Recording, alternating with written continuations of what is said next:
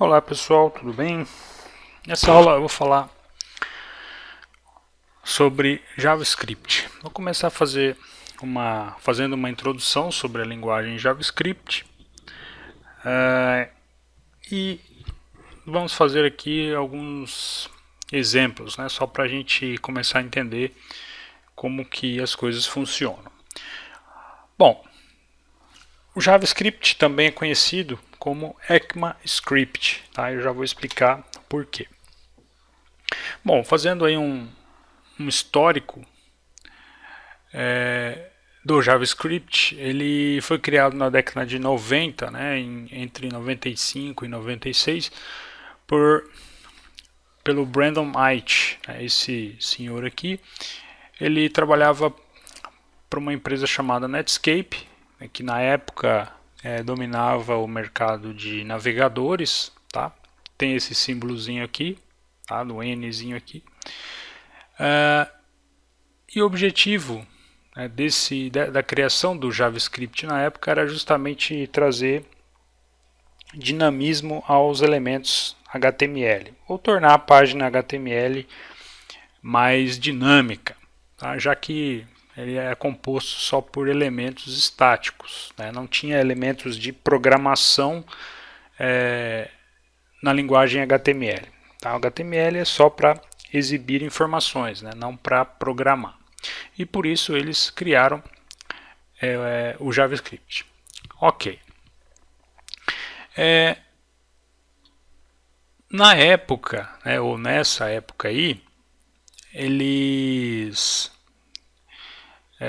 o Internet Explorer, né, ou da Microsoft, né, resolveu entrar na briga com a Netscape e resolveu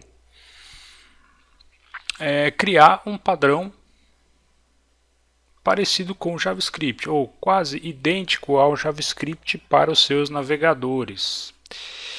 Só que isso gerou um problemão, porque o código que o Internet Explorer interpretava de JavaScript não tinha as mesmas funções que o Netscape interpretava, e vice-versa, ou seja, você tinha que programar a mesma coisa para um navegador e para o outro navegador de formas diferentes. Isso, né, dava um trabalhão, né, na época, né? E cada vez mais se tornou complicado. E aí, o que a Netscape resolveu fazer? Ela procurou um órgão, né, chamado ECMA, em 96, em meados de 96, e resolveu padronizar essa linguagem. Ela falou assim, bom, eu tenho aqui o JavaScript, essa linguagem que eu desenvolvi, eu quero padronizar essa linguagem. E passou para esse órgão, né, ECMA, da Europa. Esse órgão estabeleceu alguns padrões, ou começou a estabelecer alguns padrões para o JavaScript.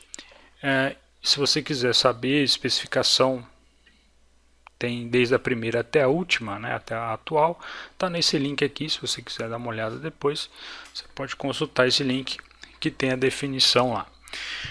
Voltando aqui para a história, nesse meio tempo, né,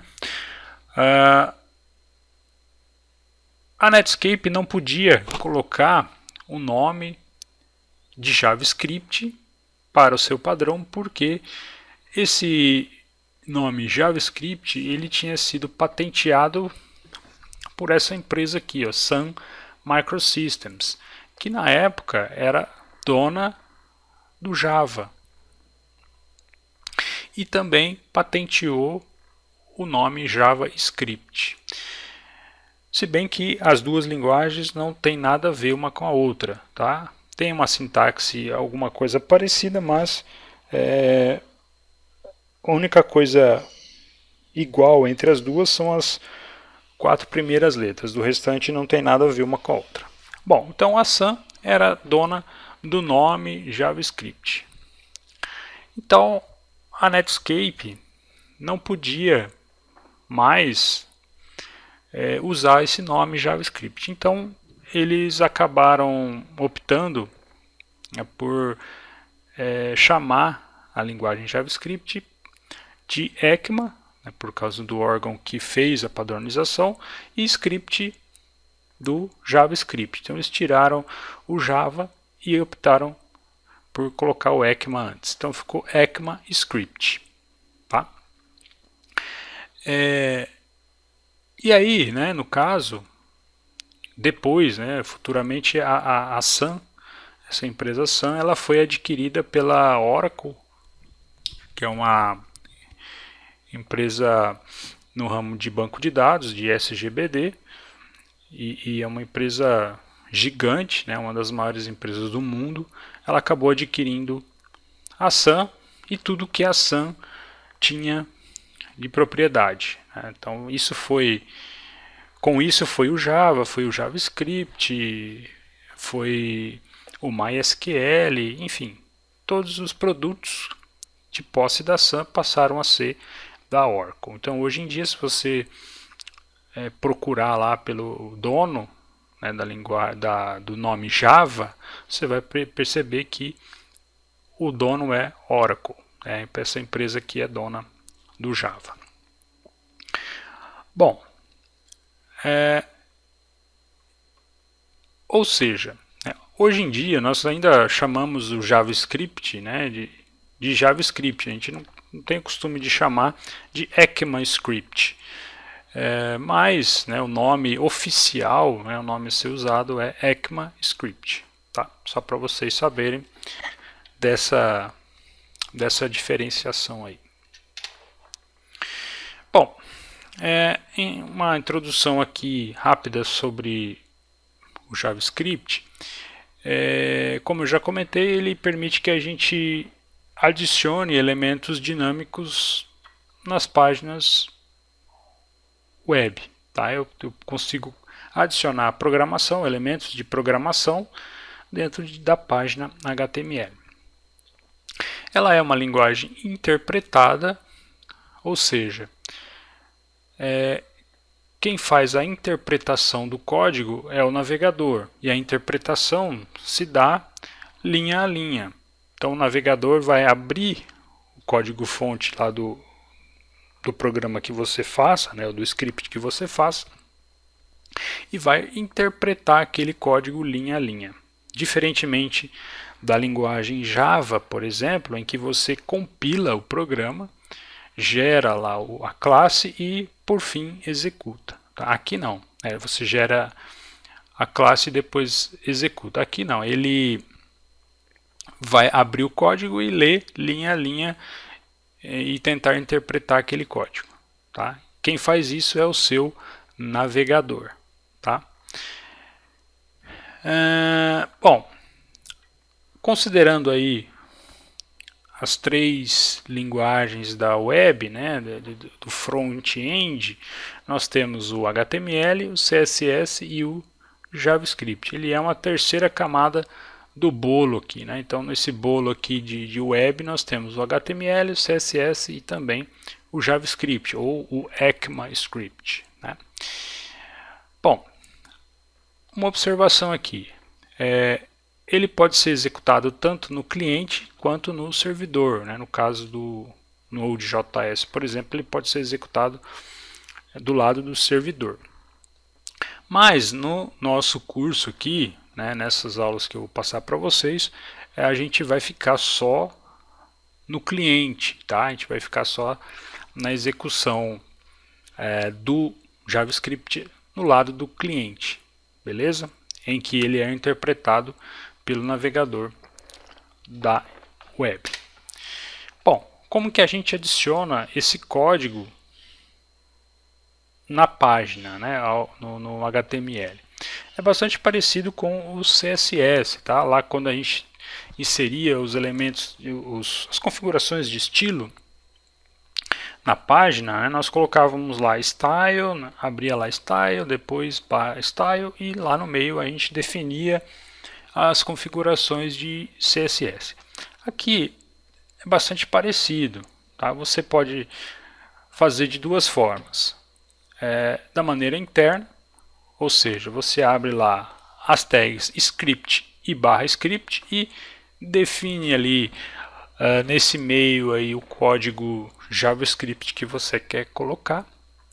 Ou também, assim como no CSS, você pode chamar esse conteúdo através de um arquivo externo. Então você salva o conteúdo do JavaScript em um outro arquivo e faz a inclusão desse arquivo lá no HTML. Através também da tag script. Tá? Então lá no script você adiciona o parâmetro src, né? E você indica aqui o nome do arquivo .js. Tá? A sintaxe ela é bastante parecida com a linguagem Java, tá? É parecida, tá? Não é igual. O C, C Sharp, etc. Então vocês que já desenvolvem com Java ou o C Sharp ou linguagem C, vocês vão perceber que tem bastante semelhança em algumas coisas, ok? Bom, para eu adicionar comentários é da mesma forma como vocês já usam lá no Java, na linguagem C ou no C Sharp, que é comentário de uma linha é o // e o comentário de múltiplas linhas ou de várias linhas ou de bloco é /*, abre, você coloca lá a quantidade de linhas que você quiser de comentário e fecha o bloco com asterisco barra. Não tem segredo. Bom, vamos fazer um primeiro exemplo aqui. Eu vou criar um novo arquivo HTML aqui. Tá vazio, tá? Eu tenho só esse conteúdo. Tem um doctype HTML, head, só tem conteúdo HTML aqui, não tem nenhum conteúdo JavaScript por enquanto. Então, se eu abrir esse conteúdo no navegador, vocês vão perceber que eu tenho uma aparência como essa daqui, ó. Hello JS, tá? Tenho aqui um H1, né? E um botãozinho para eu clicar. Esse botão eu dei um nome para ele, chamei de btn OK, e um ID para ele que também chamei de btn OK. E aí um rótulo aqui para o botão chamado clique aqui. Então eu tenho isso aqui no elemento no HTML. Ok, então o que eu vou fazer? Agora eu vou começar a colocar conteúdo JavaScript. Tá? Então eu vou adicionar aqui o conteúdo JavaScript. A gente pode adicionar qualquer parte da página, ok? Só que tem uma observação que eu vou falar já já. Depende do que você for fazer. Por quê? Vamos supor que você coloque aqui no head. E geralmente se coloca aqui, tá? Script e /script. O que acontece? Eu disse que a linguagem JavaScript ela é interpretada. Então o navegador abre o código-fonte lá da sua página e vai lendo linha por linha. Só que se o seu JavaScript aqui usa elementos que foram definidos aqui no corpo do seu HTML, o que vai acontecer? Ele vai ler o conteúdo aqui, só que o elemento ainda não foi lido aqui embaixo. Então você tem esse problema, né, de sequência. Você está tentando fazer referência a alguma coisa aqui que ainda não existe aqui. Tá? Então eu vou falar disso, como resolver isso já já. Então por isso eu vou colocar aqui embaixo. Tá? Não vou colocar lá em cima por enquanto. Eu vou colocar aqui embaixo, tá? Antes do body e do /body. Ok, script.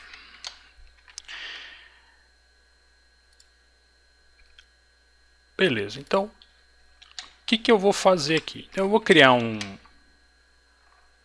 botão, uma função aqui, que quando eu clicar aqui no botãozinho, nesse botão clique aqui, ele mostra uma mensagem aqui na tela para mim, né? Ok, ou hello, alguma coisa assim. Tá, então o que eu vou ter que fazer aqui? Bom, primeiro, eu vou ter que fazer uma referência a esse botão aqui. Tá? Eu vou ter que, de alguma forma, localizar esse botão aqui dentro do meu script. Existem algumas formas para você fazer isso, tá? Eu vou passar uma delas, as que eu acho mais fácil de você fazer. Então vamos lá, ó.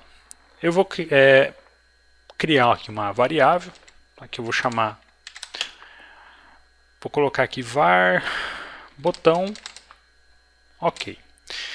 No JavaScript você não é obrigado a declarar variáveis, tá? Mas se você optar em fazer, ok, não tem problema nenhum. É bom até que você faça isso. E existem algumas maneiras de você declarar essas variáveis, tá? Existe a palavrinha var, que é uma especificação mais antiga, que já vem lá das primeiras versões do ECMAScript. E mais recentemente, eles adicionaram uma outra palavrinha que é o let. Tá? Let também pode ser usado. A diferença entre os dois é que o var ele pode ser usado como uma variável global, ou seja, usado na página toda. Já o let, não, o let ele ficaria restrito a um determinado bloco ou uma função que você tem. Mas para não complicar muito, eu vou colocar aqui o var, tá? Só para fazer esse exemplo aqui. Var botão ok. Como que eu vou chegar até o elemento do botãozinho aqui? Então eu vou usar a seguinte função, ó.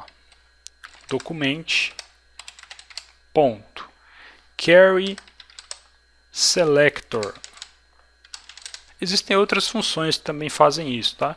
Essa função carry selector, ela é mais interessante porque ela te dá mais opções, tá? Por isso que eu vou usar ela. E o que ela faz? Carry selector. O que é esse carry selector? Você vai especificar qual que é o seletor que você quer buscar o elemento. Lembra daqueles seletores de CSS que nós vimos lá no conteúdo de CSS? Que eu usava hashtag para ID, para selecionar um elemento com um determinado ID, ou o pontinho e o nome da classe para chegar até um elemento que tivesse aquela classe, ou eu poderia utilizar o próprio nome do elemento para localizar um elemento. Então no caso aqui eu poderia fazer isso daqui, ó, carry selector, poderia colocar isso aqui, button. Ok, então ele de certa forma chegaria no botão, beleza. Só que se eu tivesse mais de um botão, aí eu ficaria com dificuldade para chegar até aquele botão especificamente. Tá? Então eu vou precisar ser mais específico. Tá? Não que essa forma aqui esteja errada, mas você precisa ser um pouco mais específico. Então eu vou localizar ele através do ID. Então, hashtag btn. Ok, então vou pegar o elemento que tem o ID btn ok. Beleza. Detalhe, o ponto e vírgula ele não é obrigatório, tá? Você pode deixar a linha sem ponto e vírgula, que ele não vai dar erro. Mas por questões de compatibilidade ou por costume com Java ou C, ou C Sharp, por exemplo, a gente costuma usar, tá? Então se você por acaso deixar sem o ponto e vírgula aqui, você vai perceber que ele vai funcionar sem problema nenhum. Bom, então nós já temos acesso ao botão. Então o botãozinho, esse botão aqui, a referência a ele, eu joguei aqui para dentro dessa variável botão ok. Bom, o que eu preciso fazer agora? Eu preciso criar uma função. Né? Eu vou criar uma função aqui para poder exibir esse conteúdo. Então vamos lá. Ó. Vou chamar aqui, vou criar function. Para criar a função, né? Function, vou colocar aqui mostra. Pode ser qualquer nome, tá? Vou colocar aqui mostra. E aqui, beleza. Então a sintaxe, como você pode perceber, né, ela é parecida com o que você já viu lá no Java. Mostra. E aí o que eu vou fazer? Eu vou mostrar um alerta na tela, só para ver se funciona. Eu vou dar como usar a funçãozinha alert do JavaScript, que ela tem a função de mostrar uma mensagem na tela com o seguinte conteúdo. Hello JS, por exemplo. Só isso. Ok, então já tenho aqui a minha função mostra e tenho aqui o botãozinho. Como que eu vou fazer para que quando eu clicar nesse botão, eu tenho que clicar nesse botãozinho aqui e exibir a mensagem? Como que eu faço para falar para ele, ó, quando clicar no botão, chama para mim a função? É isso que eu vou ter que fazer agora. E para acontecer isso, eu tenho que usar o Event Listener, que é esse cara aqui, ó, add Event Listener. O que significa isso? O Event Listener, ele fica ouvindo, né, quando você cria um Event Listener, ele fica esperando por algum evento, que você vai definir qual é esse evento quando você criar ele. Tá? Então vamos criar esse evento e eu vou explicando conforme a gente vai declarando ele aqui. Ó. Então eu vou colocar aqui, ó, botão OK, por exemplo. Aqui é o nome do botão, né? Botão OK. Então meu botão OK. Ponto add event listener. Pessoal, toma cuidado com as maiúsculas e minúsculas, tá? Porque ele diferencia maiúsculos de minúsculo. Então, se você declarar aqui, por exemplo, lá, o ID tem o btn, o O é maiúsculo aqui. Então, na hora de você chamar aqui no seletor, tem que ser do jeitinho que você declarou aqui em cima, tá? Senão ele não vai achar. Cuidado com isso. Então, add event listener. Aí eu vou colocar aqui qual é o evento que eu quero ficar esperando. Ó, eu quero esperar no clique.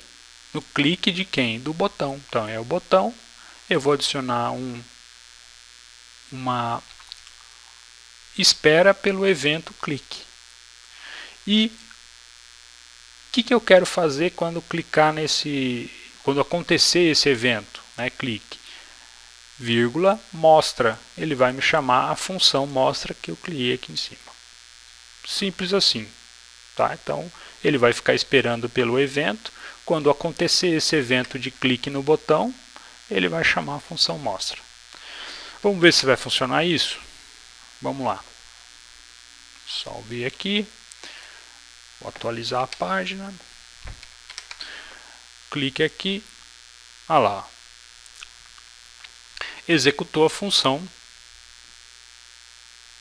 e mostrou o alerta na tela. Ok. Bom, deixa eu mudar aqui para mostrar para vocês aquilo que eu tinha falado lá no começo, tá? Em relação à ordem de execução. Então eu vou tirar esse bloco daqui de baixo e vou colocar aqui em cima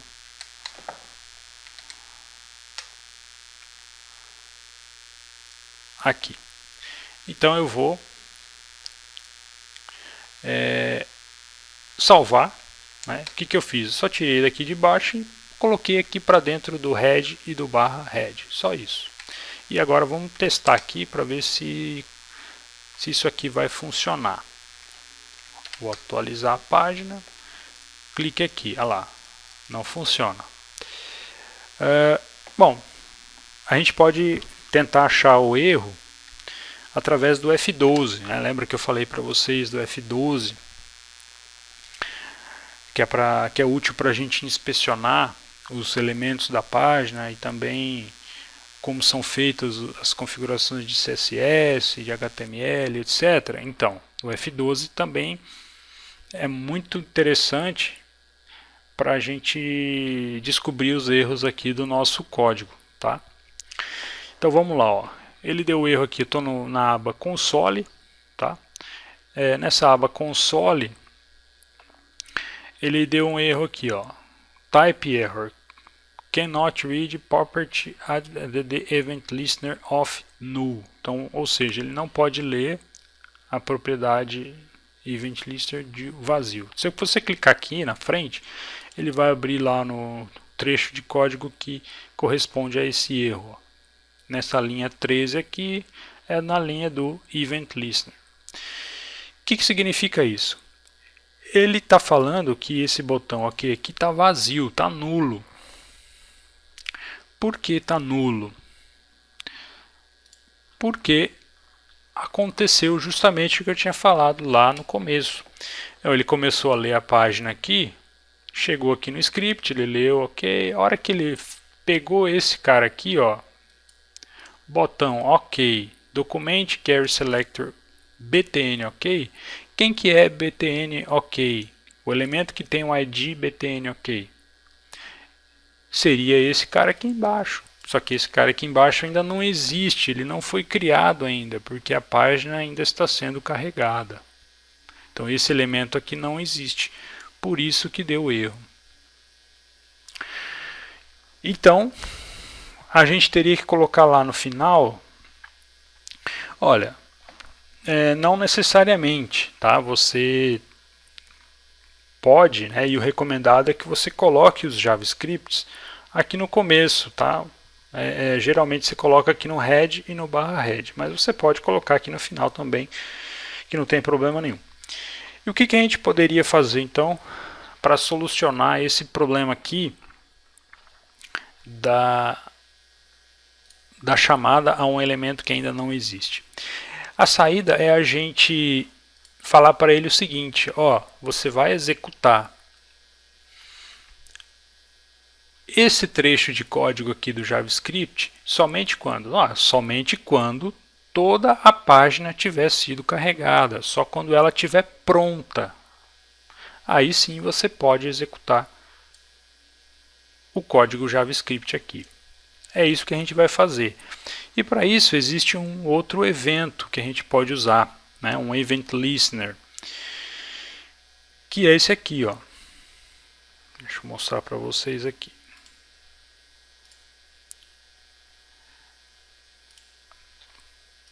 É esse cara aqui, ó.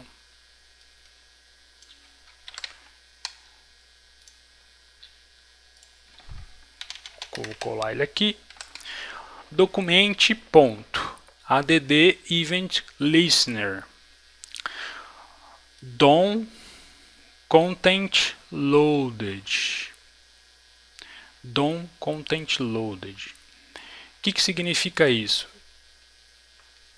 DOM content loaded, ele é um evento que vai acontecer quando o documento HTML tiver sido carregado por completo. Então ele só vai executar o que tiver aqui dentro só depois que o documento HTML tiver sido carregado. E aí me garante que os elementos vão existir e não vai dar o erro que deu agora. Tá? Então como que a gente vai colocar aqui? Então vamos lá. Document add event listener, DOM content loaded.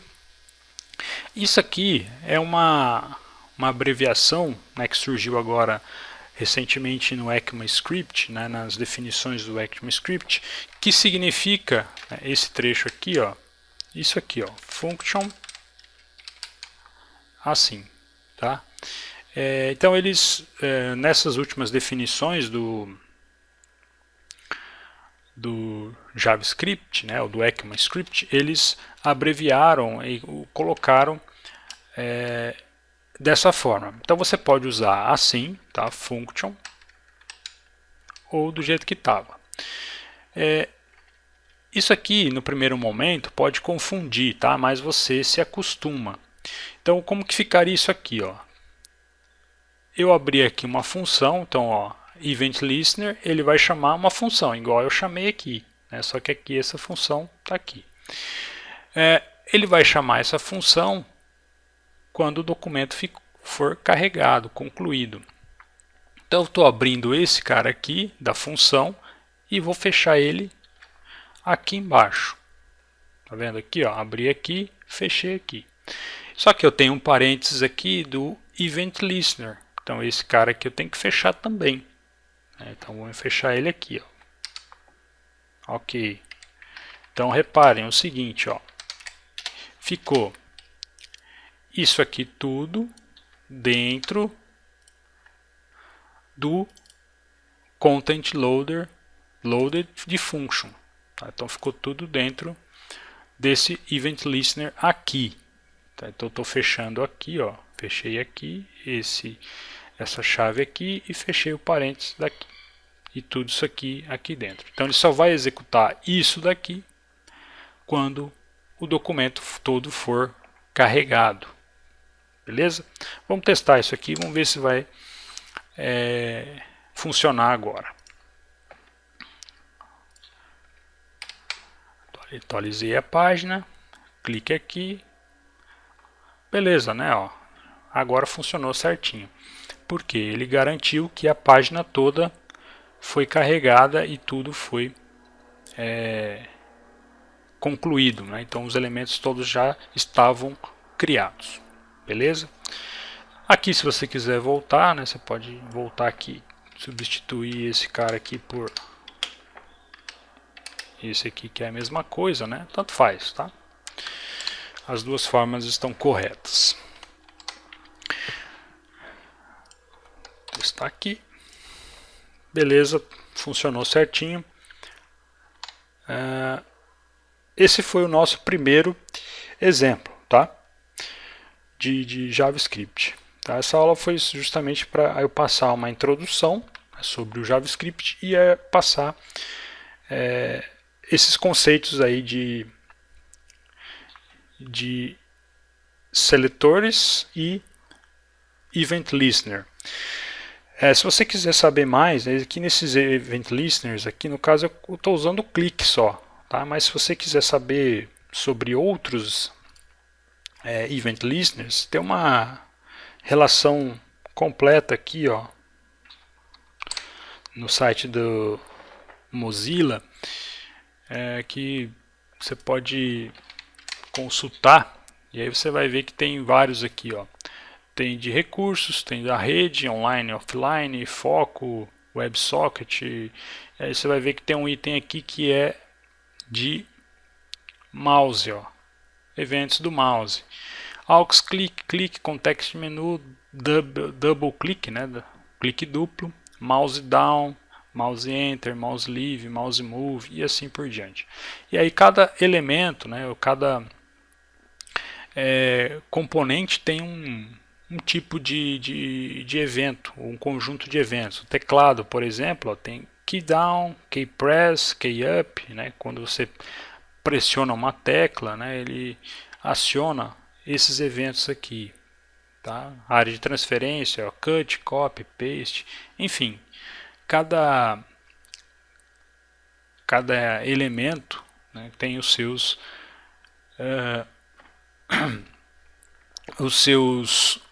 eventos, tá? Se você quiser olhar aqui, tem uma definição completa aqui na referência do Mozilla, tá? Bom, então esse aqui foi o nosso primeiro exemplo, tá? de JavaScript ou ECMAScript. Eu volto num próximo vídeo para passar mais um exemplo e falar sobre mais alguns conceitos de ECMAScript, ok? Então, um abraço e até o próximo.